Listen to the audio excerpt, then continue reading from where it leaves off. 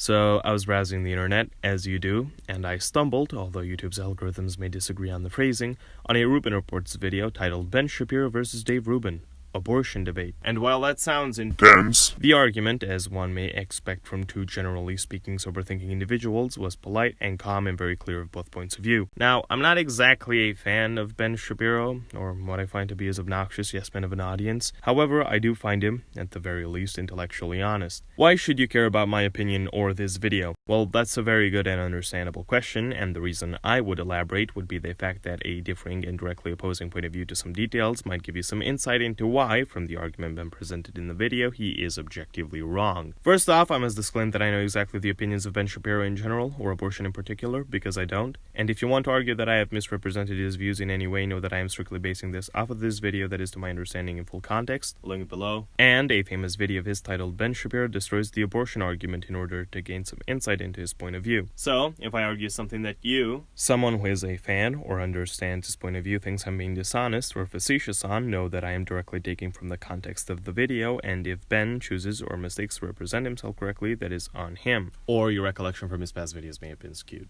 So, without further ado, the video starts off with Dave and Ben sitting across from each other in typical Rubin Report fashion. Dave, as the host, firstly brings up the differing opinions between himself and Ben, and I will elaborate further down the road, but I seem to mostly agree with Rubin as far as this discussion goes. So you are pro-life, I'm pro-choice. I would describe myself at this point, I'm begrudgingly pro-choice. I think that To which point?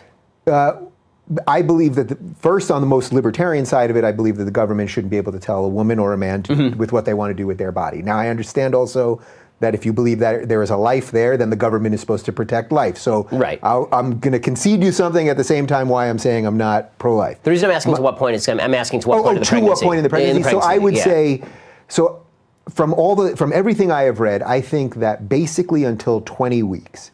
At 20 weeks, they've done enough studies that they know that that fetus can feel pain, basically. And that I would say at that point, I mean, this is where... So you're not actually pro-choice, right? I mean, you're pro-life beyond 20 weeks. Now, here's where a slight disagreement happens between me and Mr. Shapiro, seeming that there is no clear definition that is specific enough to make the differentiation mentioned. We should assume that Dave likes to define himself as pro-choice, seeming that he says he's pro-choice. Now, I agree with the idea that, broadly speaking, someone who identifies with pro-choice is pro-choice to the end, so to speak, but a more accurate way of describing this position is nuanced, or as I, who empathizes with Rubin on the subject, like to call myself a moderate on the position. You could say you're pro-life after 20 weeks, but you could also say you're pro-choice in the first 20 weeks. Either way, this is a very minute point, but I wanted to bring this up because I've seen this done multiple times now, by Ben even, as a way of swaying someone that is arguing against you. It is the political equivalent of the "you and I are not that different from each other" supervillain cliche as far as persuasion goes. Right, I mean, so because people who proclaim they're pro-choice are generally pro-choice all the way to point of birth. No, right? I've had people on the show who have told me that literally till the week before a 9-month term they're pro-choice. That's in the Democratic Party platform, yeah. Is it quite in the Democratic Party platform? To the point of birth is in the Democratic Party platform. That really is. Yeah. I mean, okay, so it's pretty radical. So that to me, that's true. Well, the Democratic Party platform disagrees with you, Ben. At least of what I was able to find that was directly funded by the DNC. I also did a Control-F search on abortion on the site mentioned, and all I was able to find were, "We will appoint judges who defend the constitutional principles of liberty and equality for all, and will protect a woman's right to safe and legal abortion. And also, we believe unequivocally, like the majority of Americans, that every woman should have access to quality reproductive healthcare services, including safe and legal abortion, regardless of where she lives, how much money she makes, or how she is insured." So, spoiler alert, post-20-week abortion is not mentioned. Repealing the Hyde Amendment is also a part of the platform, which you may argue helps post-20-week abortion. But you would be wrong, seeming that the Hyde Amendment, to my admittedly limited understanding, only prohibits the use of federal funds to any type of abortion, be that in or past 20 weeks. It also includes a removal of the Helms Amendment, that is a foreign policy enacted by the United States government that prevents any use of U.S. funds for foreign countries to go towards abortion and subsequently family planning programs, which, I may add, cost more post-20-week abortion, that are also unsafe for the women, and also plays a part in 47,000 women dying of unsafe abortion a year. The site will be linked below, so please feel free to check it out on your own time. So, from the above mentioned, it is very hard to understand where the statement came from without making assumptions or accusations, and will also like to bring some light to Mr. Shapiro's radical statement. Because while he claims falsely, whether by ignorance or malicious intent, of the Democratic Party platform, and trust me, it truly brings me no joy to defend the Democratic Party, I am confused by the omission of the Republican radicalism. Ben claims the Democratic Party platform is radical for believing in abortion till the end, but ignores the life from conception argument of a good portion of the Republican base and elected officials, and also happens to be what he himself believes. The life from conception argument is the position which assumes life from the moment of conception to be conscious life. Now, you may say you're pro-life. However, what you mean is you are pro-conscious life, by virtue of certitude that even blood cells are living, but you don't call it aborting millions of children when you get a paper cut. Therefore, a fetus is not a child until it gains consciousness, and seeming that there is no good way of understanding when consciousness is present, and by considering that the conscious and unconscious are proven to be a part of the nervous system, science considers the creation of a fully functional nervous system in the fetus the conscious child. So, the radical position of a considerable amount of the Republican base and elected officials is omitted, clearly showing a type of partisanship over principle. And here's where I think the real argument is, well, all right, if the government is now going to come in and say you can't have an abortion, does the government now owe you anything? Which I also think is a very untenable position, because I don't want the government having to give you things. Well, I mean, I can't. If I have a duty not to kill you, right? Yeah. I mean, I assume. Agreed. So if we agree on this, if I have a duty not to kill you, that doesn't mean I also have a duty to support you. I mean, you have a husband to do that. Right, but if if it's Patreon that does that, actually, but if the government tells you, okay, so I get that point, but if the government tells you, right. But if the government says you cannot do this, and no, the government says I can't kill my child, but it's not my job to. It's not the government's job to support me in supporting my child. Right, but if you were trying to kill your child, I think the government has a right to come in and take away my child. Yeah, right, and that's what the pro-life position would be: is that if you're trying to kill your child, the government has a right to come in and protect the child.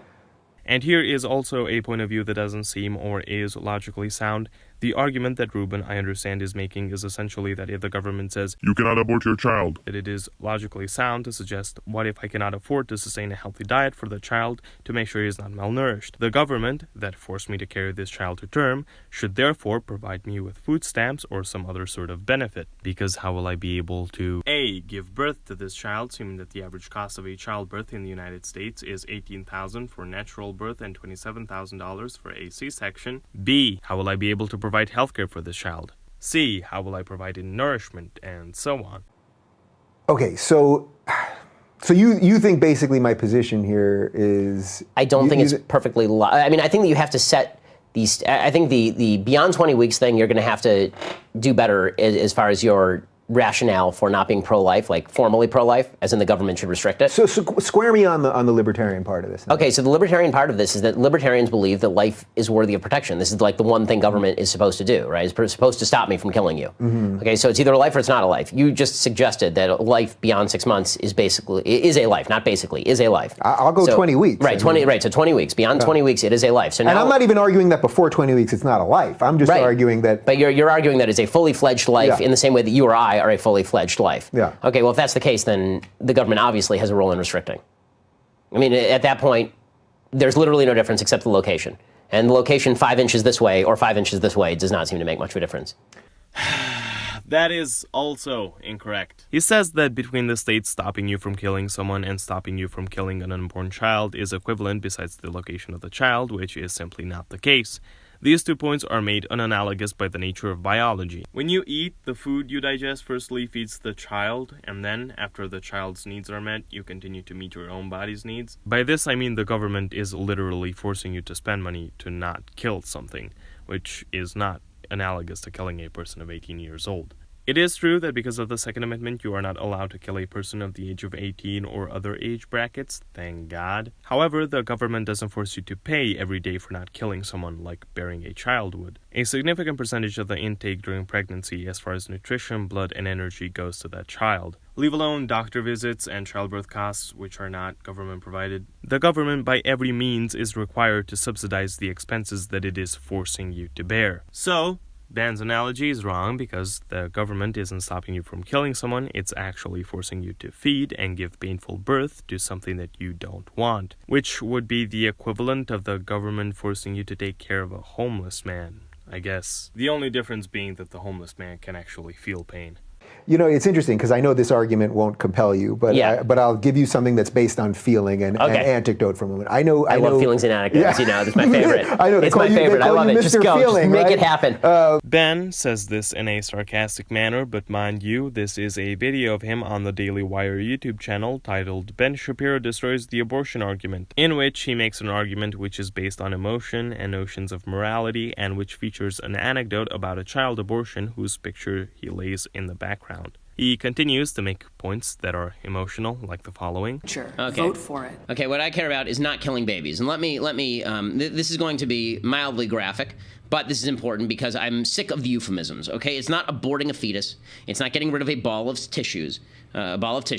Okay, what I'm about to show you right now is a picture of a baby. Okay, this is a baby it was a picture of a baby that was aborted by Kermit Gosnell. Okay, this is the Gosnell was somebody who was not covered by the media in any way, shape, or form. He was the most prolific serial killer probably in American history, and this was a baby girl aborted by Kermit Gosnell. However, he completely ignores the scientific evidence that a child feels pain only at the 20-week mark, therefore aborting the child at a previous week is exactly as removing a lump of cells. This is not me stating this, it is scientific evidence that on the Rubin Report clip he does not refute with any other opposing evidence. When Rubin says, from what I've read, the 20-week mark is where they've been able to prove the child feels pain, Ben does not disagree with the evidence presented to him, obviously implying he agrees with what is very clear as far as scientific evidence goes. Continuing on with my point, if you were to remove a child that is of the age of 18 weeks in the mother's womb, you would be doing more or less the same thing as removing a kidney or a cancerous tumor. That is, the unconscious, no pain feeling child is a lump of cells that has no consciousness inside the body of a human being that is festered with that human's DNA and also feeds off said human's body. I understand how comparing an unborn child of 20 weeks to a kidney, or worse, a cancerous tumor, is really bad optics and really emotionally charged for some people. However, as Mr. Shapiro claims to value facts over emotions, it doesn't appear consistent for him to argue that. He continues to state the following. Okay, we're going to play a game called When Should You Be Able to Kill This Baby? Because I've been told by people like Hillary Clinton that you're able to kill this baby all the way up to the very end, right? 32 to 30 weeks. So, when is it okay to kill this? When is it okay to kill this? Is it okay to kill this thing at week 14? When the heart is pumping several quarts of blood through the body every day? How about week 15, when the baby has an adult's taste buds? When the baby's teeth are already beginning to form, its fingernails are already beginning to develop. We're talking about 2 months old, right? How about week 4? By the end of the week 4, the kid is already 10,000 times larger than the fertilized eggs was. There's already the beginnings of eyes and legs and hands. There are already brain waves detectable. Mouth and lips are present. Fingernails are forming. How about week 3? By the end of the 3rd week, the kid's backbone and spinal column and nervous system are forming.